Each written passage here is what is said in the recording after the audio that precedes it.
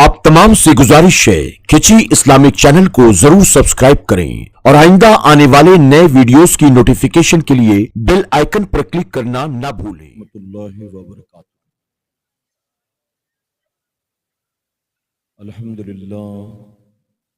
अल्हम्दुलिल्लाहि रब्बिल आलमीन वल आक़िबतु लिल मुत्तक़ीन वस्सलातु वस्सलामु अला सय्यदिल अंबिया'i वल मुरसलीन अम्मा बाद फ़ऊज़ु बिल्लाहि मिनश शैतानिर रजीम बिस्मिल्लाहिर रहमानिर रहीम या अय्युहल्लज़ीना आमनू तूबू इलल्लाहि तौबतन नसूहा सदक़ल्लाहु मौलाना अलीयुल अज़ीम। बादे तौहीद के मतवालों, शमे रिसालत के परवानों, खातून जन्नत हज़रत फ़ातिमा ज़हरा रज़ियल्लाहु तआला अन्हा की चाहने वालियों, आइए सबसे पहले हम और आप निहायत ही अदब और एहतराम के साथ अपने और सारी कायनात के मरकज़े अक़ीदत जनाब मुहम्मदुर रसूलुल्लाह सल्लल्लाहु ताला अलैहि वसल्लम की बारगाहे बेकस पनाह में जिस तरह से मैं आपको पढ़ाऊं, मेरे साथ मिलकर मर्द हजरात बावाज़ बुलंद, हमारी माएँ बहनें और बच्चियां धीमी आवाज में दुरूद शरीफ का नजराना मेरे साथ मिलकर पेश करें। अस्सलातु वस्सलामु अलैका या रसूल अल्लाह, अस्सलातु वस्सलामु अलैका या हबीब अल्लाह, अस्सलातु वस्सलामु अलैका या नबी अल्लाह व अला आलिका व अस्हाबिका या नूर अल्लाह सल्लल्लाहु ताला अलैका वसल्लम। रब्बे काबा की बारगाह में दुआ है, मौला अपने हबीब साहिब लौलाक सल्लल्लाहु ताला अलैहि वसल्लम के सदक़ तुफ़ैल हम तमाम हाज़रीन और सामीन को तू माहे शाबान की बरकतों से भरपूर मालामाल फरमा। मौला तूने जब हमें बिन मांगे शबे मिराज अता की, हम तुझसे मांगते हैं हमें खैर वाफियत के साथ शबे बरात और शबे कद्र भी नसीब फरमा। और मौत आने से पहले हम गरीबों, नातवा, कमजोरों को एक मर्तबा माह रमजान मदीने में नसीब फरमा।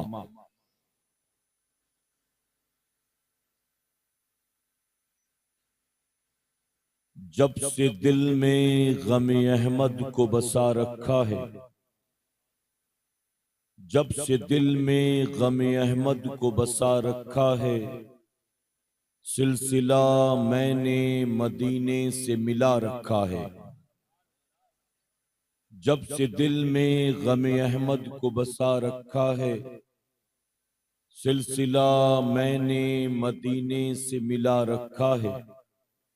और हाँ वो आते हैं अभी आएंगे आते होंगे, हाँ वो आते हैं अभी आएंगे आते होंगे, बस यही सोचकर महफिल को सजा रखा है।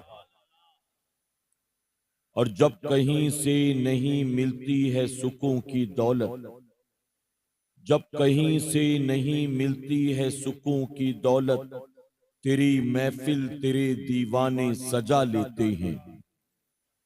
मेरे प्यारे आका अलैहिस्सलातु तस्लीम के प्यारे दीवानों, अल्लाह रब्बुल इज्जत का बेपनाह करम और एहसान कि माह शाबान की बरकत वाली रात में अल्लाह ने हमें और आपको मदरसे चिश्तिया के दस्तार बंदी की पाकीज़ा महफिल में शिरकत की तौफीक अता की। अल्लाह तबारक ताला महफिल के सजाने वालों का सजाना और हमारा और आपका यहाँ आना कबूल फरमाए। मेरे प्यारे आका अलैहिस्सलातु तस्लीम के प्यारे दीवानों, आप मुझसे पेशतर आलमी तहरीक सुन्नी दावत इस्लामी अजमेर शरीफ के निगरां जनाब हाफिज व कारी मौलाना मोइनुद्दीन साहब से इल्म दीन की अहमियत, उलमा की अजमत और मदारिस की फजीलत मुख्तसर वक्त में समात कर रहे थे। मेरे प्यारे आका अलैहिस्सलातु तस्लीम के प्यारे दीवानों, ये हर मुसलमान अच्छी तरह से जानता है, चाहे वो गांव देहात का रहने वाला हो, चाहे वो शहरों का रहने वाला हो, चाहे वो पढ़ा लिखा हो, चाहे वो बेपढ़ा लिखा हो, चाहे वो अमीर हो, चाहे वो गरीब हो, कि अल्लाह के प्यारे महबूब सल्लल्लाहु अलैहि वसल्लम ने 1450 साल पहले फरमाया, इल्म दीन का हासिल करना हर मुसलमान मर्द औरत पर फर्ज है। बताइए, ये बात कोई ढकी छुपी तो नहीं है, ये बात हम और आप अच्छी तरह से जानते। और मेरे प्यारे आका अलैहिस्सलातु तस्लीम के प्यारे दीवानों, अहले सुन्नत वल जमात के यहाँ जो वक्तन फवक्तन जलसे होते हैं, इज्तमात होती हैं, महफिलें होती हैं, इनका भी असल मकसद यही है कि लोगों को जमा करके उन्हें दीन की बातें बताई जाएं। मेरे प्यारे आका के प्यारे दीवानों, इन महफिलों का मकसद कानों का चस्का नहीं है, भीड़ भाड़ को इकट्ठा करना नहीं है, किसी रस्मो रिवाज को जिंदा करना नहीं है, महज इंटरटेनमेंट नहीं है, बल्कि अहले सुन्नत वल जमात के यहाँ जितनी भी महफिलें साल भर होती हैं, चाहे वो 12वीं शरीफ के मौके पर हो, चाहे वो 11वीं शरीफ के मौके पर हो, चाहे वो शोहदाए करबला के नाम पर सजे, चाहे वो गरीब नवाज के नाम पर सजे, इन तमाम महफिलों का मकसद सिर्फ एक है कि लोगों तक दीन की बातें पहुंचाई जाएं। मेरे प्यारे आका के प्यारे दीवानों, अब हर मुसलमान के लिए अगर इल्म दीन हासिल करना फर्ज है, तो कितना इल्म हासिल करना चाहिए? क्या सबके लिए आलिम बनना फर्ज है? क्या सबके लिए हाफिज बनना फर्ज है? क्या सबके लिए कारी या मुफ्ती बनना फर्ज है? तो फरमाया गया नहीं, बल्कि हर मुसलमान कम से कम इतना इल्म जरूर हासिल कर ले कि अपनी रोजमर्रा की जिंदगी के मामलात को और अपनी तमाम इबादात को सही तौर पर वो अदा कर सके। उसे कम से कम गुस्ल के मसाइल, वजू के मसाइल, नमाज का तरीका आता हो, उसे रोजों के मसाइल मालूम हो, उसे ज़कात के फितरे के मसाइल मालूम हो, उसे कम से कम इतना इल्म जरूर हासिल करना चाहिए कि वो अपने माँ बाप का, अपनी औलाद का, अपनी बीवी का, अपने भाई बहनों का, अपने दोस्त अहबाब का, अपने रिश्तेदारों का, यहां तक कि मुसलमानों का भी हक सही तौर पर अदा कर सके। मेरे प्यारे आका के प्यारे दीवानों, अब मैं आपसे सवाल पूछता हूं कि हर मुसलमान के लिए जितना इल्म दीन हासिल करना फर्ज है, क्या आज के दौर के हर मुसलमान के पास उतना इल्म दीन है? मैं मौजूदा दौर की एक तल्ख हकीकत आपको बता दूं। उलमा की मौजूदगी में हम सुन्नियों के यहां साल भर जलसे जुलूस का सिलसिला जारी रहता है। मेरे प्यारे आका के प्यारे दीवानों, हम कभी यूपी, बिहार, झारखंड जाते हैं तो वहां हमें गांव के सालाना जलसे में यह बताया जाता है कि यह हमारे गांव का 34वां सालाना जलसा है। यानी पिछले 34 साल से हमारे गांव में यह जलसा होता चला रहा है। किसी गांव में 18वां सालाना जलसा होता है, किसी गांव में 22वां सालाना जलसा होता है। यानी 11वीं, 12वीं, छठी और उर्स के अलावा हमारे यहाँ हर गांव देहात में सालाना जलसों का सिलसिला भी जारी रहता है। इसी तरह जिस शहर में जाएं, जिस इलाके में जाएं, अगर किसी बुजुर्ग की मजार मौजूद है तो वहां उर्स पाक भी होता है। 11वीं 12वीं में एक जुलूस भी निकाले जाते हैं, लंगर का डेगों का एहतमाम भी होता है, मज़ारात पर चादरें भी चढ़ाई जाती हैं। मेरे प्यारे आका के प्यारे दीवानों, हम सुन्नियों के यहाँ साल भर जलसे जुलूस का, चादर गागर का, संदल उर्स का सिलसिला जारी रहता है, लेकिन जानते हो इसके बावजूद हमारी और आपकी पोजीशन क्या है। अभी अभी हमारे मुल्क में एक सर्वे किया गया मुसलमानों पर, यानी हिंदुस्तान में जितने भी मुसलमान रहते हैं, चाहे वो 18 करोड़ हो, चाहे वो 22 करोड़ हो, चाहे 25 करोड़ हो, मुसलमानों की जो आबादी इस वक्त हिंदुस्तान में रहती है, इन तमाम मुसलमानों पर सर्वे किया गया और सर्वे की जो रिपोर्ट आई है वो हमारे और आपके लिए शर्म से डूब मरने वाली है। आप जानते हैं वो रिपोर्ट क्या है? मुसलमानों पर किए गए सर्वे की रिपोर्ट ये है कि हिंदुस्तान में रहने वाले 42% मुसलमानों को पहला कलमा भी नहीं आता। आप बताएं, हम कहते हैं हम 20 करोड़, 25 करोड़, 30 करोड़, हम बातें बड़ी बड़ी कर रहे हैं, लेकिन अगर दीन से हमारा रिश्ता कितना करीबी है देखा जाए तो पता चलेगा कि 42% लोगों को पहला कलमा भी नहीं आता। अब जिन्हें पहला कलमा नहीं आता, क्या बताइए उन्हें सूरे फातिहा पढ़नी आती होगी? क्या बताइए उन्हें 2 रकात नमाज ठीक से अदा करनी आती होगी? क्या उन्हें गुस्ल के, वजू के मसाइल मालूम होंगे? मेरे प्यारे आका के प्यारे दीवानों, माह रमजान शुरू होने वाला है, हम भी रोजा रख लेते हैं, लेकिन हर रोजेदार से अगर पूछा जाए रोजे में क्या क्या बातें मकरूह हैं, क्या तुम जानते हो?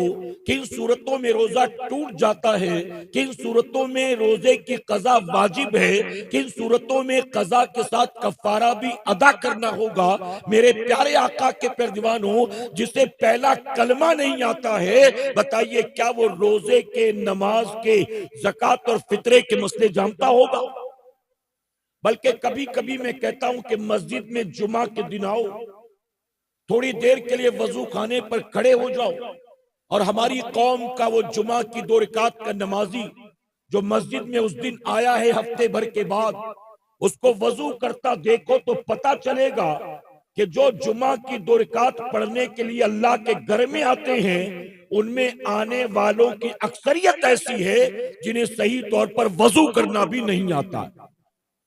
मेरे प्यारे आका के प्यारे दीवानों, मैं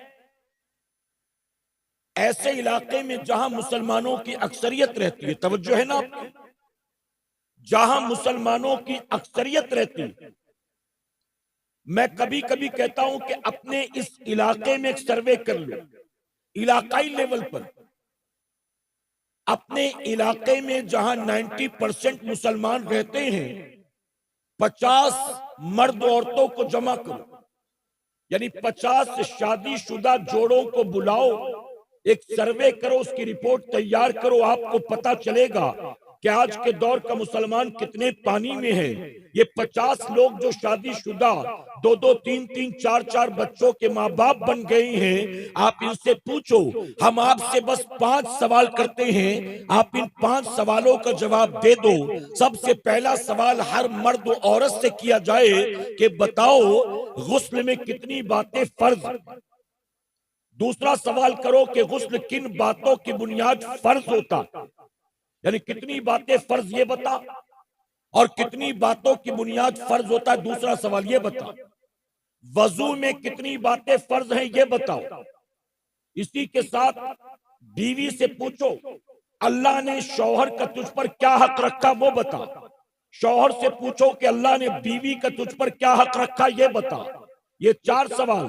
और 5वां सवाल मियां बीवी से किया जाए, अल्लाह और उसके रसूल ने तुम पर तुम्हारी औलाद का क्या हक रखा है ये बताओ। मैं जिम्मेदारी के साथ कहता हूं, अगर 50 शादीशुदा जोड़ों को जमा करके उनसे ये 5 सवाल करोगे, पता चल जाएगा कि आज के दौर के मुसलमानों की हालत क्या है। मेरे प्यारे आका के प्यारे दीवानों, अल्हम्दुलिल्लाह हम पैदाइशी मुसलमान हैं, हम मुसलमान माँ की कोख से पैदा पैदा हुए, हम मुसलमान बाप दादा के घर में पैदा हुए, इसलिए हमारा नेम प्लेट मुसलमानों वाला है, इसलिए हम अपने आप को मुसलमान कहलाते हैं, इसलिए हम ईद बकरा ईद भी मनाते हैं, इसलिए हम जुमा की 2 रकात भी पढ़ते हैं। हम चूंकि मुसलमान माँ बाप के घर में पैदा हुए, इसलिए चिकन भी खा लेते हैं, मटन भी खा लेते हैं, बीफ भी खा लेते हैं, 11वीं 12वीं भी मना लेते हैं। यानी मुसलमान माँ बाप के घर पैदा हुए तो ये सारी चीजें तो हम कर लेते हैं, लेकिन मुसलमान माँ की कोख से पैदा होने के बाद उम्र 28, 32, 35, 40, 45 की हो गई, हमने कभी अपने दीन को सीखने की कोशिश नहीं की। मेरे प्यारे आका के पैरवानों, ये मुसलमान 12वीं शरीफ के मौके पर रात भर गली में झाड़ू लगाने को तैयार, रात भर मस्जिद को सजाने के लिए तैयार, रात भर बाजार में, मोहल्ले में, गलियों में झंडे लगाने, लाइटें लगाने को तैयार है। यहां तक कि 11वीं शरीफ 12वीं शरीफ के जुलूस में 4-5 घंटे पैदल चलना पड़े तो 4-5 घंटे पैदल चलने को तैयार है। आज इस गांव में उर्स है, परसों उस गांव में उर्स है, तो तमाम औलिया इकराम के उर्स पाक में जाने को भी तैयार है। आज यहाँ खिचड़ा है, वहां जर्दा है, वहां पुलाव है, वहां बिरयानी है, वहां लंगर है, वहां नियाज है, वहां डेगे हैं, हर जगह पहुंचने को तैयार है, लेकिन अपने दीन को सीखने के लिए तैयार नहीं। मैं आपसे सवाल पूछता हूं, सैयदना सरकार गौसे आजम रज़ी अल्लाह तआला अन्हु आप जमीन पर आने के बाद वली बने अपने अमल से, इबादत से, तकवे से, शब्बेदारी से, या मां की कोख से वली बनकर पैदा हुआ? आप बताएं। मां की कोख ही से वली बनकर पैदा हुआ, और वो भी कैसे वली? गौसे आजम मां की कोख से 18 पारों के हाफिज बनकर पैदा हुए। गरीब नवाज किसी की दुआ की बरकत से वली बने, शब बेदारियों की वजह से वली बने, किसी की निगाहों की वजह से वली बने, या मां की कोख से वली बनकर पैदा हुए? जी, गरीब नवाज भी मादर जात वली, वली बाई बर्थ है, मां की कोख से वली बनकर पैदा हुआ। आप देखिए, सारे वलियों के इमाम है गौसे आजम, सुल्तानुल हिंद है मेरे गरीब नवाज।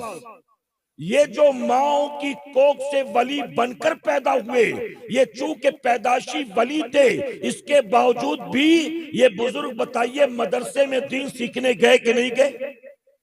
जी, गौसे आजम जीलान से निकलकर बगदाद शरीफ गए।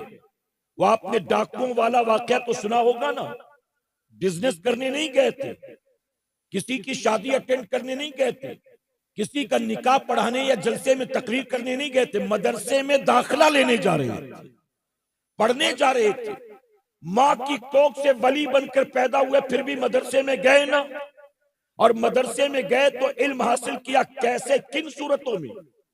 मेरे प्यारे आका के पैरवानों, आज कोई बच्चा अगर मदरसे में पढ़ता है, मदरसे चिश्तिया के बच्चे या जो दूसरे मदारी से मदरसे में जो बच्चा पढ़ता है, कम से कम उस बच्चे को दौराने पढ़ाई, जब मदरसे में जेरे तालीम है, उस वक्त बच्चे को कम से कम दोपहर में, रात में पत्तियां तो नहीं खानी पड़ती ना। मदरसे के जिम्मेदारान तो ये नहीं कहते बेटा अब 1 हफ्ता पानी ही पीकर गुजारा करना होगा, ऐसा है? रूखी सूखी सही, रोजाना मुर्ग मुसल्लम नहीं मिलता, रोजाना बिरयानी पुलाव नहीं मिलता, रोजाना हलवा जर्दा नहीं मिलता, लेकिन फिर भी अल्लाह तबारक ताला हमें और आपको मदरसे में कितनी नेमतें अता फरमाता है। मेरे प्यारे आका के पैरवानों, जरा सोचो, आज के मदरसे का, आज मदरसे में पढ़ने वाला बच्चा चटनी रोटी खाकर गुजारा नहीं करता। वो चूंकि मदरसे में पढ़ रहा है तो अल्लाह उसे कितनी नेमतें अता करता है। लेकिन गौसे आजम जब मदरसे में थे, आप फरमाते दर्सगाह खत्म हो जाती तो मैं बगदाद लद्दाख के जंगल की तरफ चला जाता, कभी दरख्तों के पत्ते खाकर गुजारा करता, कभी जमीन पर गिरी पड़ी हलाल जायज चीजें खाकर गुजारा करता, कभी पानी पीकर गुजारा करता। यानी गौसे आजम के पास मदरसे में उस वक्त खाने पीने की वो चीजें नहीं थी जो आज मुसलमानों के बच्चों को मदरसे में खाने पीने की चीजें मिल जाती हैं। उस सूरत में भी गौसे आजम ने इल्म हासिल किया। और मेरे प्यारे आका के प्यारे दीवानों, सैयदना सरकार गौसे आजम की शान अल्लाह अकबर। गौसे आजम ने इल्म हासिल किया और पढ़ाई मुकम्मल करने के बाद किताबों में आता तकरीबन 18 साल तक गौसे आजम ने इल्म हासिल किया है। 18 साल पढ़ते रहे हैं और 18 साल पढ़ने से फारिग हुए तो 32 साल तक पढ़ाते रहे हैं। गौसे आजम ने अपना मदरसा बनाया, अपना। अच्छा, बात मदरसे की आई तो एक बात अर्ज कर दूं, इजाजत है आपकी? जी, मुझे नहीं पता कि आप लोग किस तरह की तकरीर सुनते, लेकिन मैं ये भी नहीं देखता कि लोग कैसा सुनना चाहते हैं। मैं ये देखता हूं कि लोगों को जरूरत किस बात की जरूरत। मैं उलमा की मौजूदगी में कह दूं, चूंकि आपके यहां इस इलाके में सुजानगढ़ में पहली बार आया तो लाइव लोगों ने शायद ना सुना हो, सोशल मीडिया पर कहीं देखा हो। मैं बता दूं, मैं तकरीर को मिठाई नहीं समझता हूं, मैं तकरीर को दवाई समझता हूं। दवाई समझता हूं। मिठाई आदमी अपनी मर्जी से खाता है, लेकिन दवाई आदमी को मर्ज के एतबार से दी जाती है। जैसी बीमारी होगी दवाई वैसी दी जाएगी। टेस्ट नहीं देखा जाता, जायका नहीं देखा जाता। मेरे प्यारे आका अलैहिस्सलातु तस्लीम के प्यारे दीवानों, और उलमा की तकरीरें भी कानों के चस्के के लिए ना सुना करें। उलमा की तकरीर सुना करें इस नियत से कि हम आज हजरत के बयान में जो कुछ सुनेंगे उस पर उम्र भर अमल की कोशिश करेंगे इंशाअल्लाह। नियत ये होनी चाहिए कि इंशाअल्लाह। मेरे प्यारे आका अलैहिस्सलातु तस्लीम के प्यारे दीवानों, तो मैं अर्ज कर रहा था, आज जिन्होंने ये मदरसा बनाया है ना, अरे मदरसा बनाने की तौफीक अरे गैरों को मिलती ही नहीं है। अल्लाह जिन लोगों को पसंद करता है उन्हीं के कांधों पर यह जिम्मेदारी डाल देता है।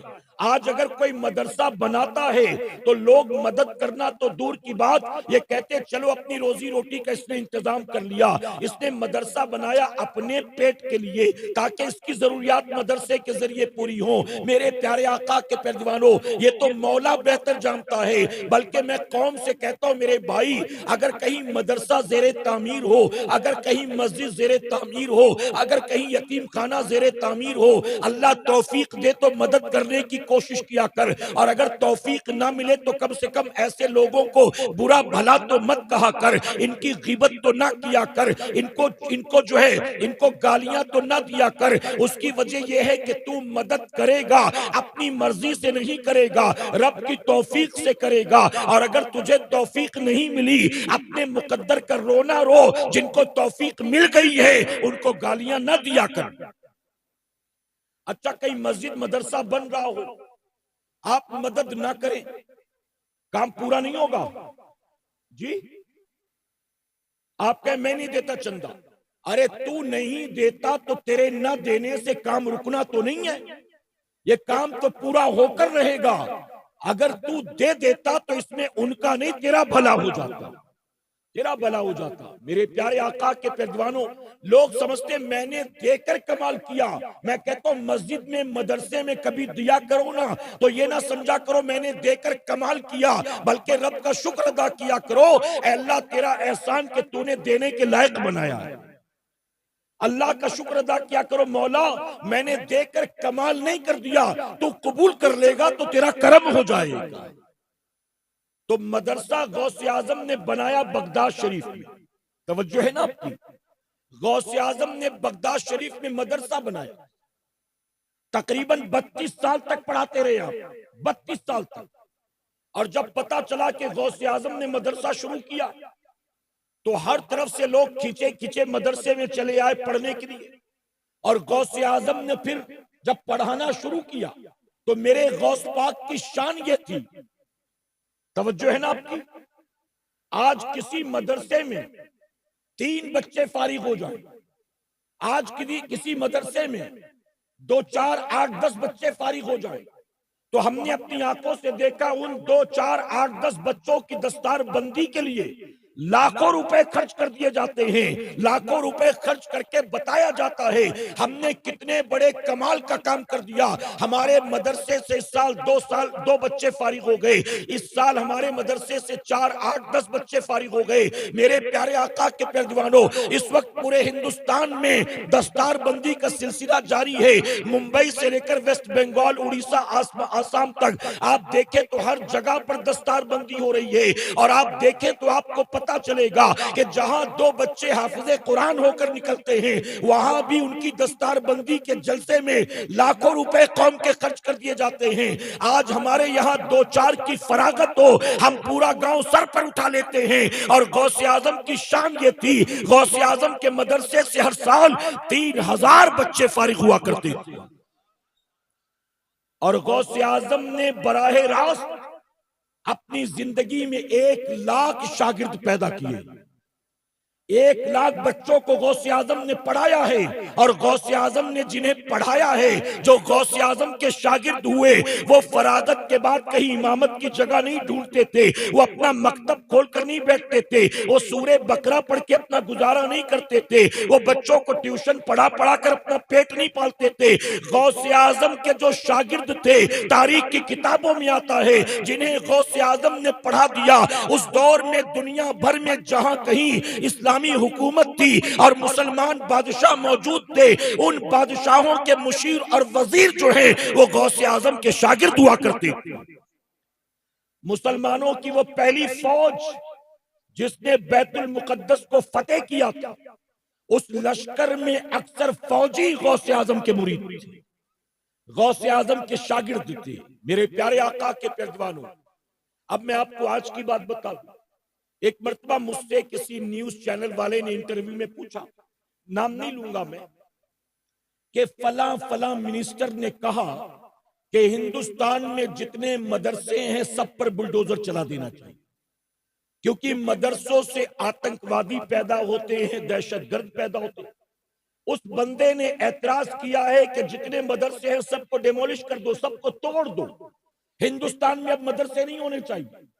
मैंने कहा मदरसों के बारे में कमेंट वो कर रहा है जिसे पता नहीं कि मदरसे की अजमत क्या है।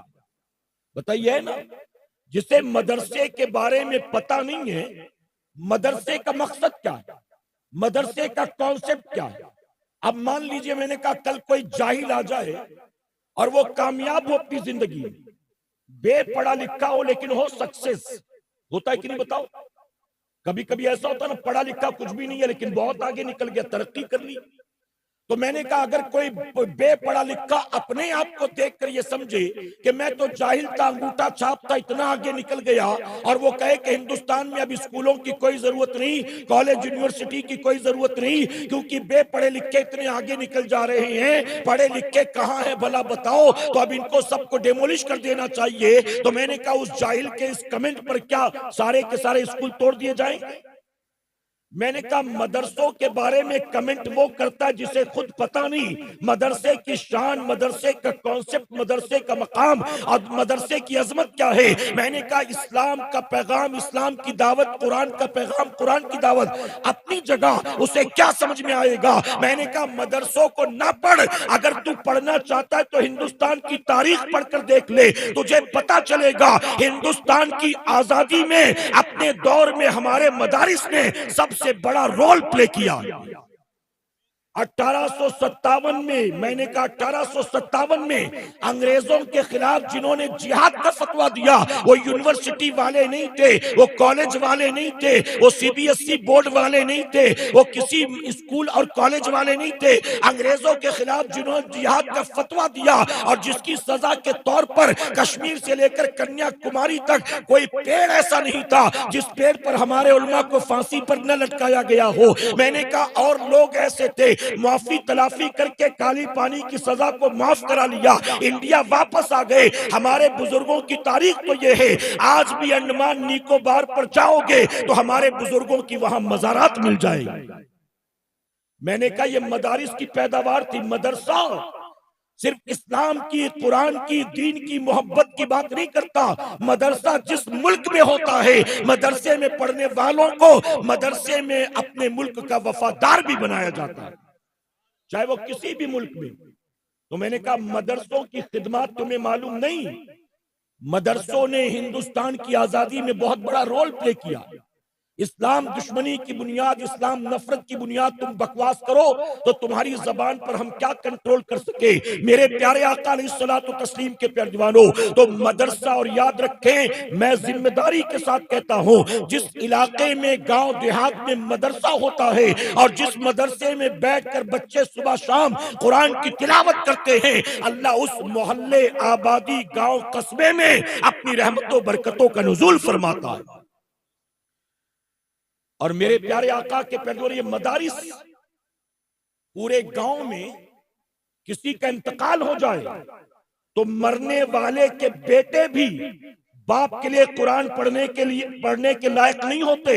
उस वक्त मदरसे वालों को याद किया जाता है कि बच्चों को भेज दो, कुरान शरीफ खत्म करना है, आयत करीमा का खत्म करना है, हमने इसाले सवाब के लिए लंगर बनवाया है, खाना खिलाना है। मेरे प्यारे आका के पैरवानों, मैं इस बात का गवाह हूं। मैं कई ऐसे इलाकों में गया जिस इलाके में लोग मेहनत मशक्कत करके कमाते खाते तो थे, लेकिन बेबरकती की शिकायत करते थे। फिर कोई आलिम दीन उस इलाके में आया और उसने मदरसा शुरू किया, उसने गांव वालों का जहन बनाया और गांव वाले मदरसे की तरफ माइल हुए। और फिर गांव वालों ने अपनी जबान से खुद कहा, जब तक मदरसे से दूर थे, कमाते खाते तो थे, बरकत नहीं होती थी, लेकिन जब से गांव में मदरसा खुला और हमने मदरसे को देना शुरू कर दिया, अब भी कमाते उतना ही है, खाते उतना ही है, लेकिन अब उतने में मेरा करीम बरकत अता फरमाता है।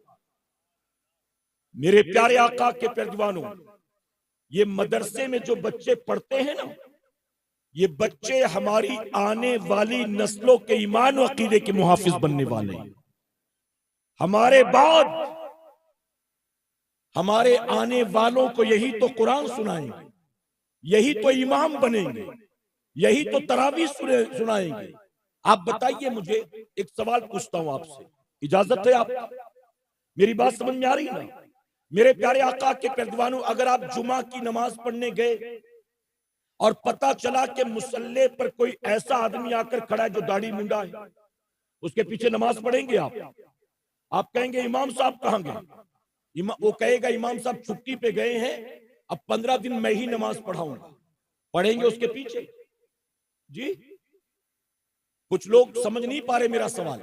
अगर जुमा के दिन नमाज पढ़ने गए और एक दाढ़ी मुंडा, जिसे शरीयत ने फासिक और फाजिर कहा, जिसकी इमामत जायज नहीं है, वो मुसल्ले पर खड़ा है, आप उसके पीछे जुमा पढ़ के चुपचाप आ जाएंगे कि इमाम साहब अपनी जगह खड़े करके गए, इमाम साहब जाने वो जाने, मेरा क्या, मैं तो 2 रकात पढ़ के चला, सारी मुसीबत इमाम साहब के सर? पढ़ेंगे?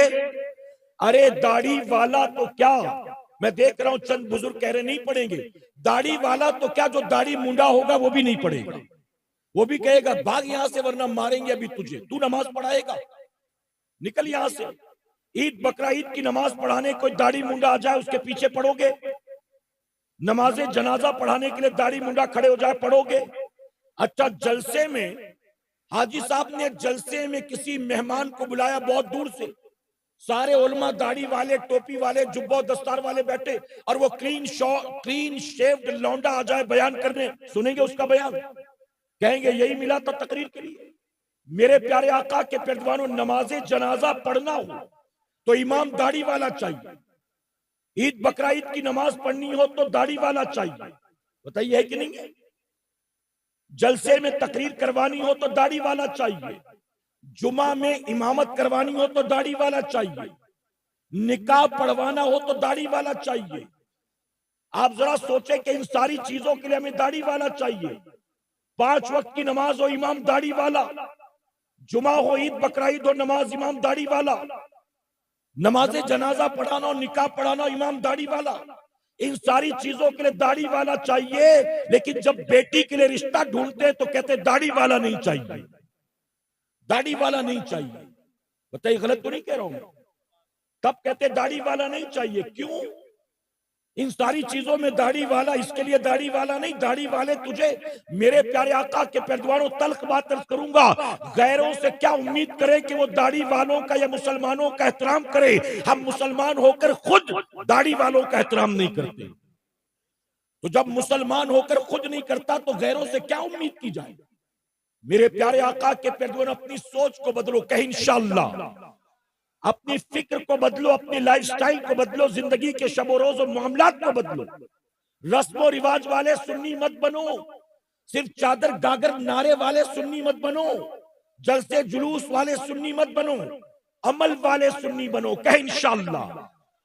आज हमने देखा यूनिवर्सिटी में, कॉलेज में किनके बच्चे पढ़ते हैं और मदारिस में किनके बच्चे पढ़ते हैं, गरीब गुरबा के बच्चे, गरीब गुरबा के। और माजरत के साथ कहूंगा, अब तो हालात ये हैं कि जिनका बच्चा माँ बाप के कंट्रोल में ना हो ना, माँ बाप तंग आ गए, कहते इसको मदरसे में दाखिला करवा दो, मदरसे में दाखिला करवा दो। मैंने खुद देखा अपनी आंख से। मुफ्ती जुबैर साहब के पास एक शख्स आया अपने बेटे को लेकर, कहता हजरत इसका एडमिशन करना है मदरसे में। 11-12 साल का बच्चा था। मुफ्ती साहब ने कहा मदरसा शुरू होकर 6 महीना हो गया, अब आए हो, इस साल नहीं हो पाएगा, अब अगले साल आना। बड़ा इसरार किया, हजरत कर लीजिए, बहुत बहुत बहुत बहुत। मुफ्ती साहब ने इनकार किया। तो आखिरकार मजबूरन क्या कहता है जानते हो? मजबूरन कहता है हजरत मैं दिन भर काम पर रहता हूँ, ये पता नहीं कहाँ गायब रहता है, इससे मैं भी तंग आ गया, उसकी माँ भी तंग आ गई, इसको मदरसे में रख लीजिए। अब बताइए, पता चला मदरसे में पढ़ने नहीं भेजा, पलने भेजा उसने, पलने भेजा, पढ़ने नहीं भेजा उसने, कि खा पी के पड़ा रहेगा। अच्छा, वो जो माँ बाप के कंट्रोल में नहीं, यहां आकर कुछ गड़बड़ कर दे तो फौरन माँ बाप मदरसे वाले को पकड़ेंगे। कैसे गिर गया छत पे से, कैसे गिर गया सीढ़ी पे से, कैसे ऐसा हो गया, वैसा लग गया। गलत तो नहीं कह रहा हूं मेरे प्यारे आका अलैहिस्सलातु तस्लीम के पैरवानों। तो मौजूदा वक्त में जिनसे अपने बच्चे पाले नहीं जाते, या गरीब गुरबा हो या माजूर हो कोई, मान लीजिए 4 बच्चे हैं, 3 अच्छे खासे फिट हैं, उनको दुनियावी तालीम देगा, और एक थोड़ा डिफेक्टिव हो तो उसको मदरसे में भेज देगा, मदरसे में। लेकिन जानते हो इसी हिंदुस्तान की तारीख है, हिंदुस्तान के सबसे बड़े बादशाह जिन्होंने हिंदुस्तान पर तकरीबन 50 साल तक हुकूमत की, औरंगजेब आलमगीर रहमतुल्लाह तआला ने अपने बेटे को हाफिज कुरान बनाया है। मोहब्बत से कहे, पता चला बेटों को हाफिज बनाना फकीरों का काम नहीं है, बादशाहों का काम है, बादशाहों का। औरंगजेब आलमगीर रहमतुल्लाह ने अपने बेटे को हाफिज कुरान बनाया। जब बेटा हाफिज कुरान बनकर वापस आया, बाप ने सीने से लगाया, पेशानी चूमी, दुआएं दी और कहा जाओ अपने दादा को जाकर खुशखबरी सुनाओ कि तुम हाफिज कुरान बन गए। अब वो दादा के पास गया और जाकर कहता है दादा मुबारक को मैं हाफिज बन गया। तो पोते ने देखा दादा के चेहरे पर वो खुशी नजर नहीं आई जो अब्बा के चेहरे पर नजर आई। तो पोता कहने लगा दादा अब खुश नहीं है कि मैं हाफिज बन गया। तो जानते हो दादा शाहजहां ने क्या कहा था? कहा बेटा अगर तू हाफिज कुरान बन गया है ना, तो खुशी मुझे क्यों हो, खुशी तो तेरे बाप को होगी, क्योंकि कयामत में उसके सर पर ताज रखा जाएगा। मैं तो खुश उस वक्त होता जब मेरा बेटा हाफिज कुरान बनता, मैं तो उस वक्त खुश होता जब मेरा बेटा हाफिज कुरान बनता। अब पोता वापस आया, अपने वालिद औरंगजेब आलमगीर रहमतुल्लाह अलैह को आकर सारी बात बताता है कि दादा ने ऐसा ऐसा कहा। तो जानते हो आलमगीर रहमतुल्लाह अलैह उसी मौके पर कहते हैं अगर मेरे बाप की ख्वाहिश है कि मैं हाफिज कुरान बनूं तो मैं भी तय करता हूं उस वक्त तक चैन से नहीं बैठूंगा जब तक कि हाफिज कुरान न बन जाऊं। और उसके बाद उस वक्त औरंगजेब आलमगीर रहमतुल्लाह अलैह ने कुरान हिफ्ज करना शुरू किया, हिफ्ज करना शुरू किया। और जानते तारीख गवाह इस बात पर आप कैसे अजीम शान हाफिज कुरान बने हैं। आपने तरावी सुनाने वाले, कुरान सुनाने वाले बहुत से हाफिज देखे होंगे। औरंगजेब आलमगीर रहमतुल्लाह अलैह ऐसे हाफिज कुरान बने, ऐसे हाफिज कुरान बने कि सिर्फ कुरान सुनाते नहीं थे, अपने हाथों से कुरान लिखा करते थे। और आज भी कई लाइब्रेरीज में आपके हाथों का लिखा कुरान मौजूद। मेरे प्यारे आका अलैहिस्सलातु तस्लीम के पैरवान, ये बच्चे जो आज फारिग हुए, मैं 2-3 बातें और अर्ज करूं आखिर में, इजाजत है आपकी? मेरी बात समझ में आ रही ना? मेरे प्यारे आका के पैरवानों, ये बच्चे जो आज फारिग हुए हैं, हाफिज कुरान बने, आप बताइए एक बच्चा जब मदरसे में आता है पढ़ने के लिए तो क्या सोच कर आता है कि जब मैं मदरसे से फारिग होऊंगा तो करोड़पति बन जाऊंगा, जब मैं मदरसे से फारिग होऊंगा तो कॉरपोरेट्स में मुझको जॉब मिल जाएगा, जब मैं मदरसे से फारिग होऊंगा तो गवर्नमेंट की नौकरी मुझे मिल जाएगी। क्या बताइए वो सोच कर आता है?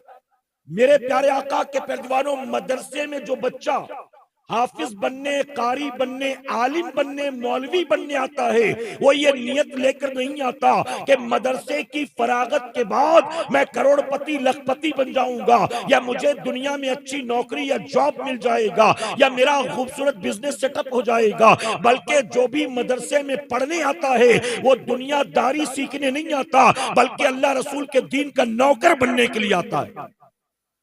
और हमने देखा अभी रमजान शरीफ में, देखिएगा कितने दाखिले होते मदरसे में, 135 बच्चे आए हाफिज कुरान बनने के लिए, लेकिन क्या वो सारे हाफिज बनकर जाते हैं? कोई एक हफ्ते में भाग गया, खाना अच्छा नहीं लग रहा था, कोई 15 दिन में भाग गया, दिल नहीं लग रहा था, कोई कहेगा वहां का मौसम सूट नहीं हुआ, कोई कहेगा माँ बाप से दूर नहीं रह सकता, यहां तक के 20-20 पारे याद करके भी लोग भाग जाते हैं। मेरे प्यारे आका के पैरवानों, वो बच्चे जो आते हैं हाफिज कुरान बनने और शुरू से आखिर तक वहां मेहनत मशक्कत करते हैं, कुर्बानी देते हैं, माँ बाप की जुदाई बर्दाश्त करते हैं, अपने बचपने को कुर्बान करते हैं, अपने घर के दस्तरखान को कुर्बान करते हैं और कुर्बानियां देकर दीन को सीखते हैं, कुरान को हिफ्ज करते हैं। वो दुनियादारी के लिए नहीं आते, बल्कि अल्लाह रसूल के दीन की नौकरी के लिए आते हैं। और अगर वो हाफिज कुरान बनकर जा रहे हैं, उन्हें अल्लाह का शुक्र अदा करना चाहिए, अल्लाह ने उनको इस नौकरी में कबूल फरमा लिया कि उनकी भर्ती हो गई, उनका एडमिशन हो गया है, अब वो दीन के नौकर बन चुके। अब वो जिंदगी भर क्या करेंगे? अब वो जिंदगी भर जहां जाएंगे लोगों को कुरान सुनाया करेंगे। अब लोग उन्हें याद करेंगे तो कुरान के लिए याद करेंगे। मेरे प्यारे आका अलैहिस्सलातु तस्लीम के पैरवानों, और हाफिज कुरान की अजमत का क्या कहना, सुभान अल्लाह। अल्लाह के नबी सैयदना ईसा अलैहिस्सलाम, आप थके तो नहीं ना? मेरा वक्त भी तेजी से आगे बढ़ रहा है, मैं भी बहुत तेजी से आगे बढ़ रहा हूं, बस एक दो बातें आखिर में समझाऊंगा, इजाजत है आप? अल्लाह के नबी सैयदना ईसा अलैहिस्सलाम एक मर्तबा किसी रास्ते से गुजर रहे थे, आपकी नजर पड़ी, आपने देखा रास्ते के दरमियान एक कब्र थी। अल्लाह के नबी की नजर पड़ी तो आपने देखा कब्र के अंदर जो मुर्दा था ना, जो मैयत थी, उस पर अल्लाह का अजाब हो रहा था, कब्र वाले पर अजाब हो रहा था। ईसा अलैहिस्सलाम जल्दी में थे, आप चले गए। जब फारिग हुए, वापस उसी रास्ते से लौटे तो दोबारा फिर कब्र पर गए। अब क्यों गए? आप दोबारा कब्र पर गए कि कब्र वाले पर अजाब हो रहा था, चले चलकर कुछ दुआ कर दे, फातिहा कर दे, ताकि अल्लाह कब्र का अजाब दूर कर दे। अल्लाह के नबी दोबारा पलट कर आए कब्र पर। अब जब दोबारा आए पलट कर तो देख कर हैरान, कुछ देर पहले जिस कब्र में अजाब हो रहा था, अब वही कब्र जन्नत का बाग बन चुकी थी। और मोहब्बत से कहे, वही कब्र जन्नत का बाग बन चुकी थी। ईसा अलैहिस्सलाम हैरान, अल्लाह की बारगाह में अर्ज करते, मौला कुछ देर पहले तो तेरा अजाब था, अब लौटा हूं तो कब्र का अजाब दूर हो गया, अब जन्नत का बाग बन चुकी है कब्र। आखिर थोड़ी देरी के अंदर इस बंदे ने कब्र में कौन सी नेकी कर ली कि तूने अजाब को उठा लिया और कब्र को जन्नत का बाग बना दिया? तो जानते हो रब क्या फरमाता है?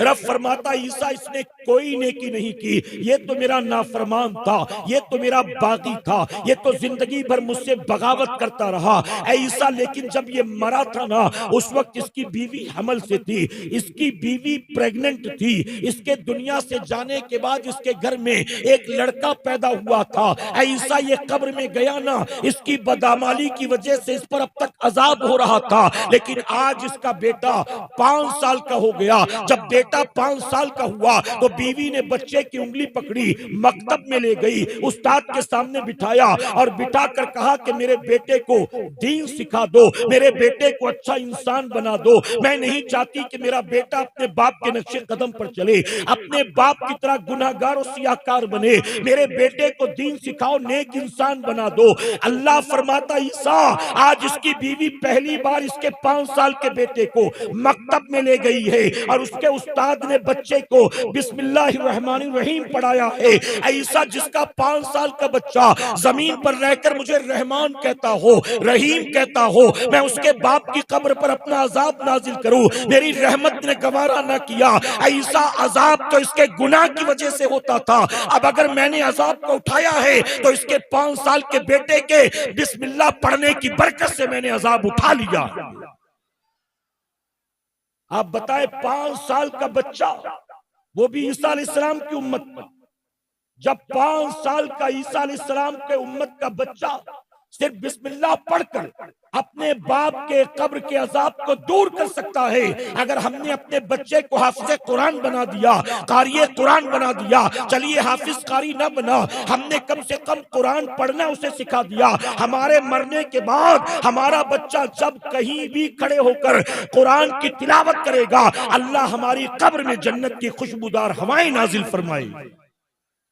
तो सिर्फ ये बच्चे काबिल मुबारकबाद नहीं है, काबिल मुबारकबाद है इनके माँ बाप कि जिन्होंने औलाद की जुदाई बर्दाश्त की, अपने बच्चे को बचपने में अपने से दूर किया और मदरसे में भेजा ताकि वो अल्लाह के हबीब के दीन का नौकर बन जाए, वो कुरान का खादिम बन जाए।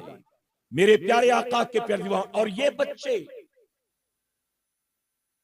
फरमाया गया कयामत के दिन जब जन्नतियों को हौजे कौसर से आबे कौसर पिलाया जाएगा, तवज्जो है ना आपकी, जब जन्नतियों को हौजे कौसर से आबे कौसर पिलाया जाएगा, जन्नती सफे बनाकर खड़े होंगे, फरिश्ते प्यालों में भर भर के उन्हें आबे कौसर दे रहे होंगे और वो प्याले पी पी कर आगे बढ़ रहे होंगे।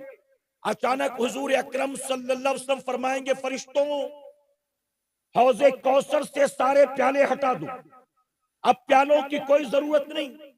फरिश्ते अर्ज करेंगे, या रसूल अल्लाह सल्लल्लाहु अलैहि वसल्लम अभी तो बहुत से जन्नती बाकी, अगर प्याले हटा दिए तो इन्हें आबे कौसर कैसे पिलाया जाएगा? मेरे नबी फरमाएंगे, तुम नहीं देखते ये जो बच गए हैं ये कौन लोग? ये कोई आम जन्नती नहीं है, ये वो है जिन्होंने अपने सीने में मेरा कुरान सजाया था, ये वो हैं जिन्होंने दुनिया में घूम घूम कर लोगों को मेरा कुरान सुनाया था, ये वो हैं जिन्होंने जिंदगी भर कुरान की खिदमत की थी, कुरान की नौकरी की थी। ऐ फरिश्तों अब प्याले हटा दो, ये हाफिजे कुरान हैं, अब इनको आबे कौसर प्यालों से नहीं पिलाया जाएगा, मैं मोहम्मद खुद अपने हाथों में भर भर कर इन्हें आबे कौसर पिलाऊंगा। क्या किसी चौधरी को कयामत में यह मकाम मिलेगा? क्या किसी LLB MBBS किए हुए कोई कयामत में यह मकाम मिलेगा? क्या किसी दुनियादार को कयामत में यह मकाम मिलेगा? मेरे प्यारे आका के प्यारे दीवानों, जिसने आलीशान और खूबसूरत कोठियां बना रखी हो, जिसने न जाने कितने प्लॉट खरीद रखे हो, जिसने लाखों करोड़ों का इन्वेस्टमेंट कर रखा हो, जिसके पास मालो दौलत की कोई कमी नहीं हो, दुनिया में उसके लिए चाहे कुछ भी प्रोटोकॉल होगा, लेकिन कयामत में उसे कुछ नहीं मिलेगा। कयामत में अल्लाह हाफिज़े कुरान के माँ बाप को प्रोटोकॉल देगा, उनके सरों पर ताज रखा जाएगा। आज हमने बाजार से लाकर 100, 150, 200 रुपए मीटर का कपड़ा इनके सर पर बांधा है, हमने इन हुफ्फाज़ इकराम के सरों पर अपनी हैसियत के मुताबिक दस्तार बांधी है। अल्लाह कयामत में अपनी शान के मुताबिक इनके माँ बाप को ताज अता फरमाएगा। अब जरा सोचे कि जिनका कुरान हिफ्ज करना माँ बाप को यह सआदत और प्रोटोकॉल दिलाएगा, अल्लाह उन हुफ्फाज़ इकराम को क्या मकाम अता फरमाएगा। फरमाया गया एक शख्स को जन्नत के दरवाजे पर खड़ा किया जाएगा और फरिश्ते कहेंगे, कुरान पढ़ता जा, आगे बढ़ता जा, कुरान पढ़ता जा, आगे बढ़ता जा। अब फरमाएगा जो हाफिज़े कुरान होगा, कारिए कुरान होगा, हमारे और आपके जैसे जिन्हें 2-4 सूरतें याद होंगी, हम तो थोड़ा बहुत पढ़ेंगे, थोड़ा ही अंदर जा सकेंगे, और जहां कुरान खत्म हम भी वहां पर खत्म। यानी जितना याद था उतना पढ़ लिया, वहीं पर स्टॉप आ गया। लेकिन जो हाफिज़े कुरान होगा, बेहतरीन कारिए कुरान होगा, वो जन्नत के दरवाजे पर खड़े होकर कुरान की तिलावत शुरू करेगा और कुरान पढ़ते पढ़ते पढ़ते पढ़ते आगे बढ़ता रहेगा। यहां तक फरमाया गया वो जन्नत के सबसे आला मकाम जन्नतुल फिरदौस तक पहुंच जाएगा। बताइए क्या ये मकाम किसी दौलतमंद को मिलेगा, किसी डिग्री डिप्लोमा वाले को मिलेगा?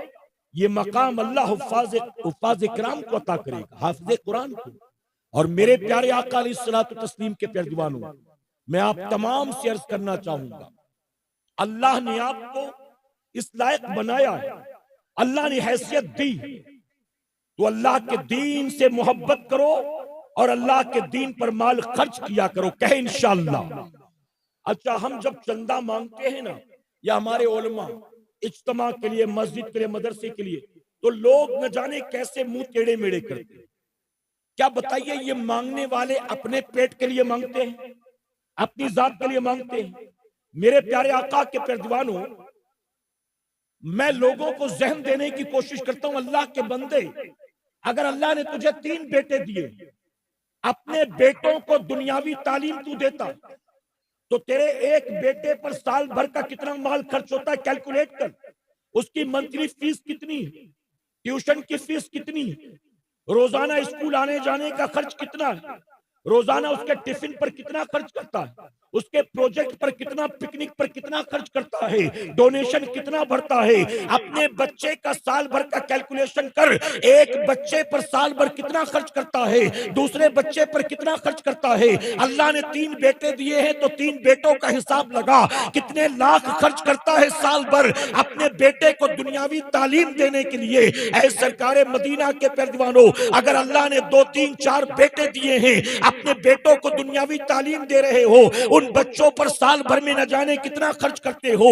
अल्लाह तौफीक दे तो किसी यतीम खाने में चले जाना, किसी मदरसे में चले जाना, और मदरसे के जिम्मेदारान से कहना हम किसी यतीम बच्चे की जिम्मेदारी लेना चाहते हैं, हम किसी गरीब बच्चे की जिम्मेदारी लेना चाहते हैं। आप बताएं कि मदरसे में एक बच्चे पर माहाना कितना खर्च होता है, उसके खाने पीने पढ़ने लिखने पर कितना खर्च होता है। मदरसे वाले कहेंगे 1800 खर्च होता है, कहीं कहेंगे 2000, कहीं कहेंगे 2200 खर्च होता है, कहीं कहेंगे 2500 खर्च होता है। अपने बच्चों पर देखो तो उसके मुकाबले कितना खर्च करते हो महाना, और मदरसे में गरीब बच्चा पढ़ता है उस पर कितना खर्च होता है महाना।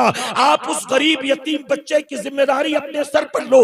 अल्लाह ने इस लायक बनाया तो इसको स्कॉलरशिप दो और कहो कि एक बच्चे की जिम्मेदारी मैं लेता हूँ, 2 बच्चों की जिम्मेदारी मैं लेता हूँ, हम 5 दोस्त मिलकर 11 बच्चों की जिम्मेदारी लेते हैं। ऐ मुसलमानों, में मिंबर रसूल पर हूँ, जिम्मेदारी से कहूंगा, आपके 3 बच्चे पढ़ लिख कर MBA करेंगे, नीट करेंगे, LLB करेंगे, बिजनेसमैन बनेंगे। आपके बच्चों की पढ़ाई लिखाई कयामत में माँ बाप के काम नहीं आएगी, लेकिन किसी गरीब के बच्चे को अपनी हलाल कमाई से आपने हाफिज़े कुरान बना दिया, कारिए कुरान बना दिया, तो जहां 3 बेटे तेरे अपने काम नहीं आएंगे, वो गरीब हाफिज़े कुरान तेरे काम आएगा इंशाअल्लाह।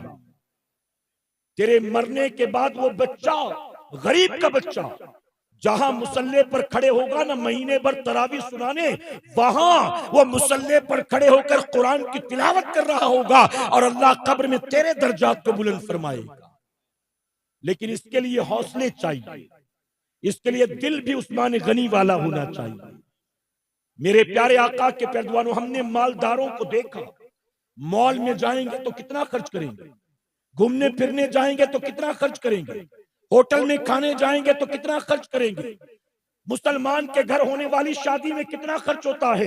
हम इन तमाम चीजों में दिखावे, रियाकारी में खुशी खुशी लाखों खर्च कर देंगे, लेकिन जुमा के दिन मस्जिद की झोली जब घूमते घूमते सामने आती है तो तौफीक नहीं होती हर जुमा को निकाल कर मैं 50 रुपए उसमें डाल दूं, हर जुमा को निकाल कर मैं 100 रुपए उसमें डाल दूं। बल्कि हमने तो ऐसे ऐसे मालदार देखे हैं, अगर जेब में उसने 100-100, 200-200 रुपए रखे भी होंगे तो भी ऐसा लगता है उंगलियों को आंख लग गई, हाथ डालेगा बराबर तो 20 रुपए की नोट ही टटोल कर निकालेगा। कहीं 200 की गलती से आ गई तो 200 डालना पड़ेगा, इसलिए टटोल कर 20 निकालेगा, अल्लाह की राह में देगा। मेरे प्यारे आका के पैरवानों, उस वक्त हमें सोचना चाहिए ये मेरी जेब में जितना है वो सब मौला तूने ही तो अता किया है, और ये मस्जिद की झोली भी किसी और के घर के लिए नहीं, तेरे घर के लिए घुमाई जा रही है। अगर मैं तेरे घर पर माल खर्च करूंगा, देने वाले बिन दिए तूने इतना दिया है, अब मैं दूंगा तो तू मुझे कितना अता फरमाएगा। और उसका वादा भी तो है, एक दोगे अल्लाह कितना देगा जी। ये तो रमजान शरीफ में ना मेरे भाई, इसीलिए तो ज़कात दबा के बैठे थे, रमजान शरीफ आएगा तभी देंगे, अभी देंगे तो नुकसान हो जाएगा, 70 मिलेगा तो देंगे। जबकि साहबा की तारीख जानते हो, फरमाया कि साहबा इकराम माह रजब का चांद देखते ना, माह रजब का चांद 3 महीने पहले ज़कात निकाल लेते, और माह रजब का चांद देखते ज़कात निकाल लेते, और रमजान शरीफ आने से पहले हकदारों तक पहुंचा देते। वो 70 के चक्कर में नहीं बैठे रहते थे, अभी देंगे तो इतना मिलेगा, तब देंगे तो उतना, ये 2 दूनी 4, 4 दूनी 8 करते करते ना दीन में भी इतने लालची हो गए, इतने लालची, जब तक फजीलत ना बताओ तब तक सुभान अल्लाह भी नहीं बोलते। इतने लालची को जन्नत में एक पेड़ लगाए तब सारा मजमा कहेगा सुभान अल्लाह, और लालच ना दो तो सब चुपचाप बैठे रहते। ऐसा लगता है आप बोलते जो हम तो बोलने वाले नहीं।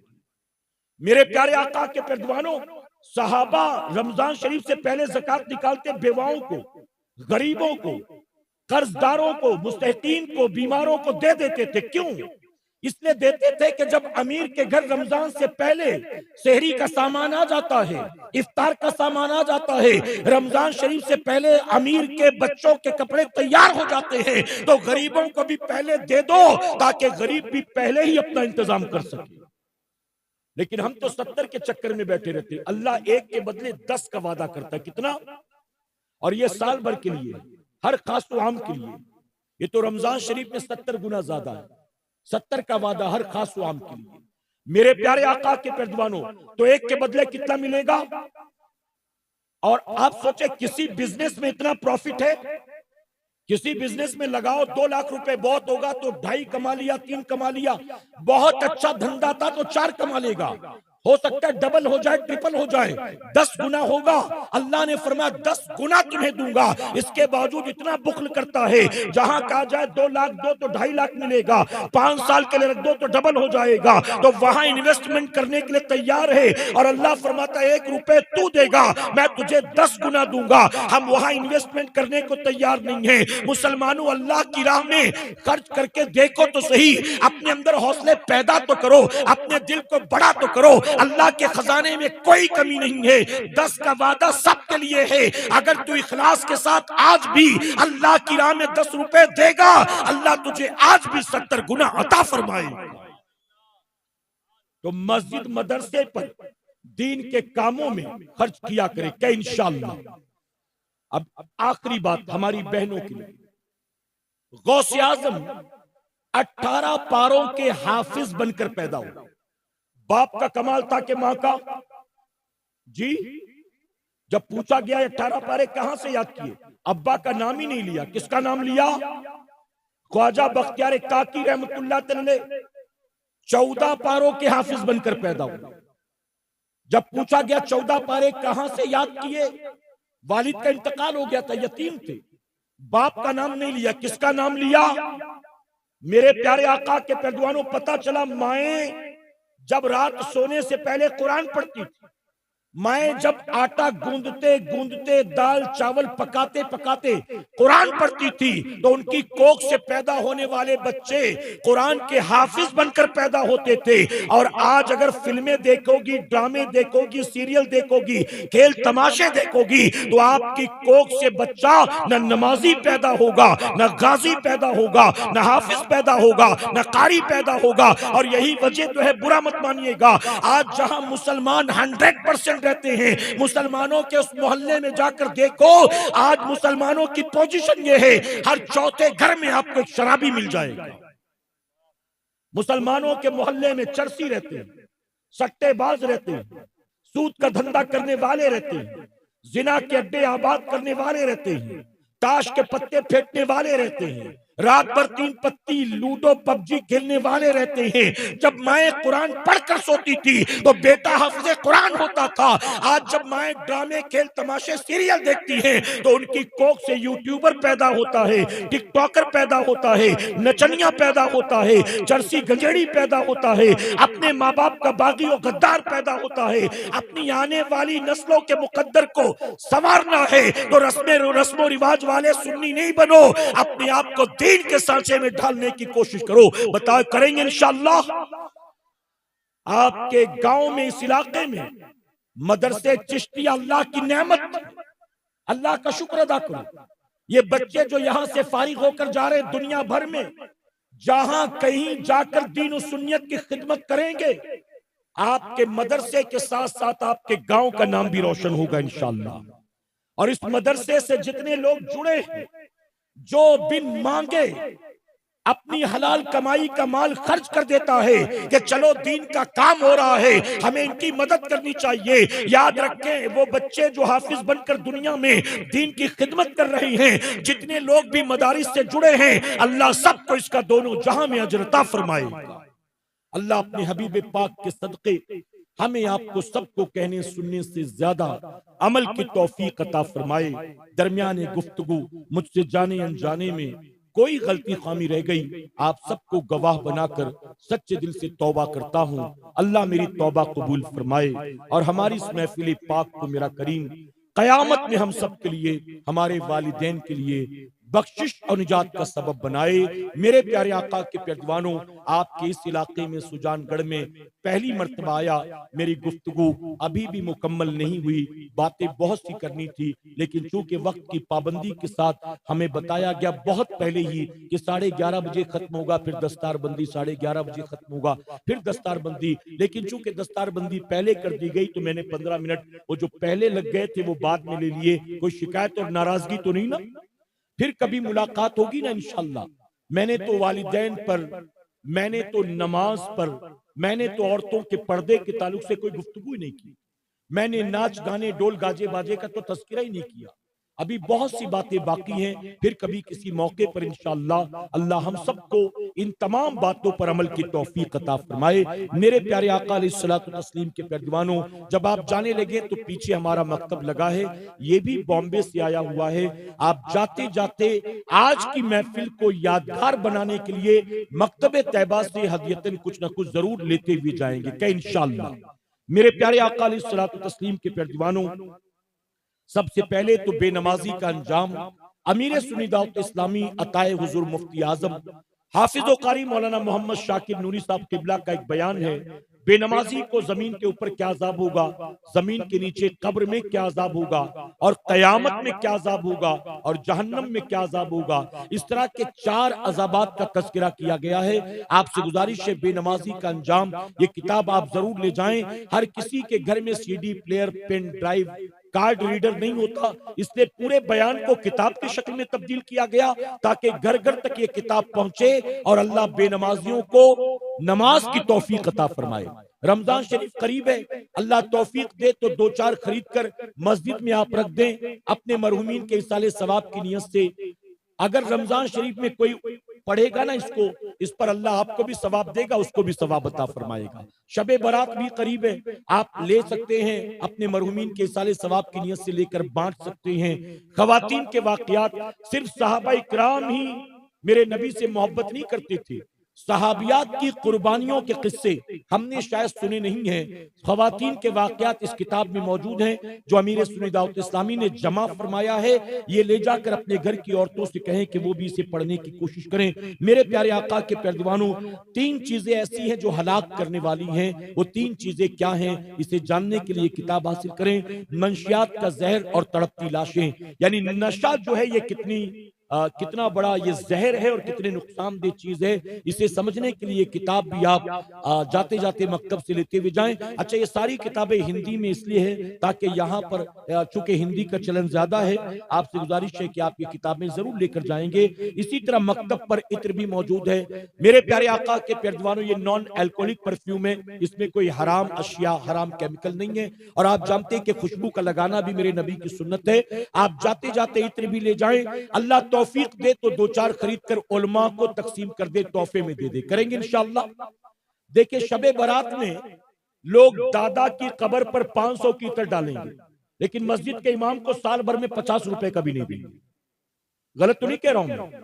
अच्छा, दादा की कब्र पर डालोगे तो कब्र जन्नत का बाग बन जाएगी, जन्नत की खुशबू आएगी। कब्र वाले को कोई फायदा नहीं, कहा ये फिजूल खर्ची, तूने जाय कर दिया माल को, अल्लाह कयामत में हिसाब लेगा।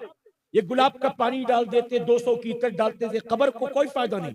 बल्कि आला हज़रत अज़ीमुल बरकत फरमाते हैं अगर उसकी कब्र जन्नत का बाग है तो दुनियावी खुशबू की जरूरत नहीं, वहां तो जन्नत की खुशबू आ रही है।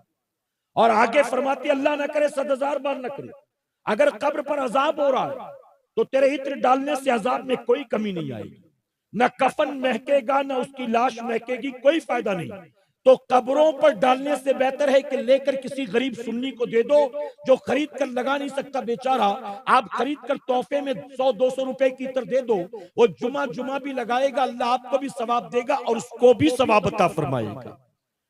सैयदना उमर फारूक आजम जुमा के दिन मस्जिद नबवी शरीफ की दीवारों पर, खिड़कियों, दरवाजों पर इत्र लगाते। लोगों ने कहा कि लोग तो अपने कपड़े पर लगाते, दरो दीवार पर आप लगाते क्यों?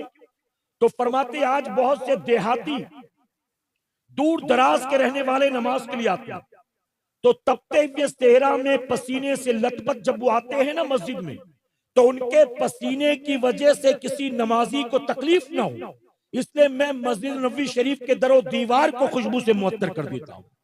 तो आपसे गुजारिश है कि आप भी ये जज्बा पैदा करें और मकतब से इत्र भी ले जाएं। ये तोहफे नूरी शहजादे आला हज़रत हुज़ूर मुफ्ती आजम अलैहि रहमतुल रिज़वान की लिखी तावीज़, रोजी में बरकत के लिए, कोई काम न बनता हो तो गैबी मदद के लिए, शादी ब्याह में रुकावट हो तो आसानी के लिए, छोटे बच्चे रात को डर कर जाते हैं, रोते हैं, सोते नहीं, उनके लिए नक्श बहुत फायदेमंद है। उर्दू और हिंदी में इसकी फजीलत लिखी हुई है। आपसे गुजारिश है कि जाते जाते आप इसे लेकर जाएं। ये नक्श हमारे अमीर की लिखी हुई नहीं है, हमारे अमीर के पीर की लिखी हुई नक्श है। और हम जो हुजूर ताजुश शरिया के मुरीद है ना, हमारे दादा पीर की लिखी हुई तावीज़ है ये। तो आप जाते जाते मकतब से इसे भी हासिल करें। मेरे प्यारे आका अलैहिस्सलातु तस्लीम के प्यारे दीवानों, अल्हम्दुलिल्लाह जैसा कि हमारे साथी यूनुस रज़वी साहब ने ऐलान किया था कि प्रोग्राम के इख्तिताम पर आलमी तहरीक सुन्नी दावत इस्लामी शाख जयपुर की जानिब से हुफ्फाज़ इकराम को और उलमा इकराम को तोहफा तकसीम किया जाएगा। अल्हम्दुलिल्लाह हमारे साथियों ने ये मिंबर पर तोहफा पहुंचा दिया है। इंशाअल्लाह ये तमाम उलमा और हुफ्फाज़ इकराम के दरमियान तकसीम किया जाएगा।